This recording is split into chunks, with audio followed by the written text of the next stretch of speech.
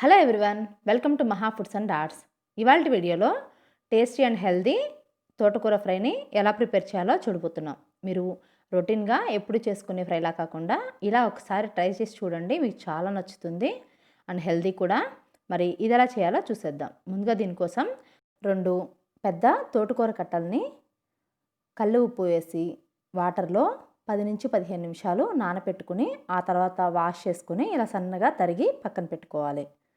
ఇప్పుడు దీంట్లోకి మనం కారాన్ని ప్రిపేర్ చేసుకుందాం. ముందుగా 10 నుంచి 12 ఎండుమిర్చి, అలానే 8 నుంచి 10 వెల్లుల్లి రెమ్మలు, 1 టేబుల్ స్పూన్ జీలకర్ర, 2 టేబుల్ స్పూన్స్ కట్ చేసుకున్న ఎండు కొబ్బరి, అలానే వేయించిన పల్లీలు పావు కప్పు తీసుకున్నాను. ఇప్పుడు వీటిని మిక్సర్ జార్లోకి యాడ్ చేసుకుందాం.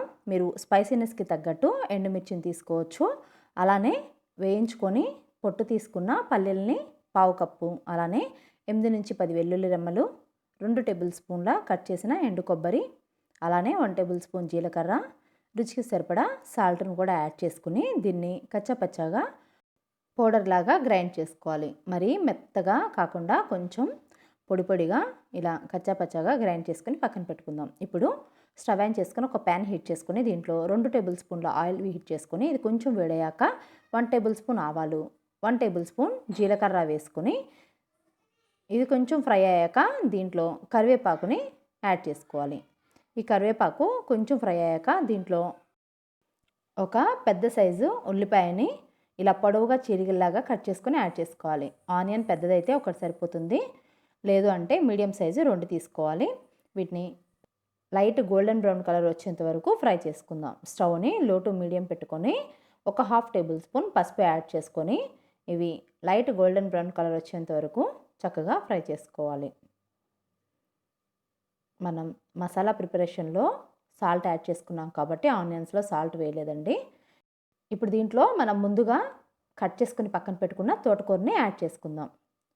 ఇది వేసుకున్నాక అంతా ఒకసారి మిక్స్ చేసుకొని స్టవ్ని మీడియం ఫ్లేమ్లో పెట్టుకొని ఒక 6 నుంచి 8 నిమిషాల వరకు దీన్ని మీడియం ఫ్లేమ్లో ఫ్రై చేసుకోవాలి. ఈ తోటకూర మనం డైలీ ఫుడ్లో యాడ్ చేసుకోవడం వల్ల మనకి చాలా హెల్త్ బెనిఫిట్స్ ఉన్నాయండి. అట్లీస్ట్ వీక్లీ ట్వైస్ ట్రై చేయండి.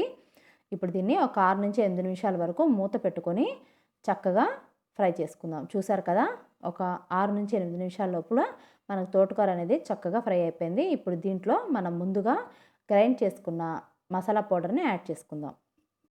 ఇది యాడ్ చేసుకున్నాక అంతా ఒకసారి చక్కగా మిక్స్ చేసుకోవాలి. అలానే స్టవ్ను లో ఫ్లేమ్లో మాత్రమే ఉంచుకొని ఒక 2 to 3 మినిట్స్ ఫ్రై చేసుకుంటే సరిపోతుంది. ఇదంతా ఒకసారి మిక్స్ చేసుకున్నాక మనకి సాల్ట్ అనేది సరిపోకపోతే కొంచెం సాల్ట్ యాడ్ చేసుకోండి. మనం కారం ప్రిపేర్ చేసుకునేప్పుడు సాల్ట్ యాడ్ చేసాం కాబట్టి మ్యాక్సిమం ఈ ఆకుకూరలో సాల్ట్ సరిపోతుంది. సరిపోని వాళ్ళు కొంచెం చెక్ చేసుకొని యాడ్ చేసుకోవడం. చూసారు కదా ఎంతో సింపుల్గా హెల్దీ అండ్ టేస్టీ తోటకూర ఫ్రై రెడీ అయిపోయింది. ఈ రెసిపీని మిస్ అవ్వకుండా మీరు ట్రై చేసి ఎలా ఉందనేది మీ ఫీడ్బ్యాక్ని నాకు కామెంట్ చేయండి. మీకు ఈ వీడియో నచ్చితే ఒక లైక్ చేయడం అసలు మర్చిపోకండి. అలానే మీ ఫ్రెండ్స్ అండ్ రిలేటివ్స్కి షేర్ చేయండి. మీరు మొదటిసారి కనుక నా ఛానల్ చూస్తున్నట్లయితే మరిన్ని టేస్ట్ అండ్ క్విక్ రెసిపీస్ కోసం అప్పుడప్పుడు నేను వేసే నా పెయింటింగ్స్ కోసం మహా ఫుడ్స్ అండ్ ఆర్ట్స్ని సబ్స్క్రైబ్ చేసి పక్కనే ఉన్న బెల్ ఐకాన్ని యాక్టివేట్ చేసుకోండి. Thank you for watching.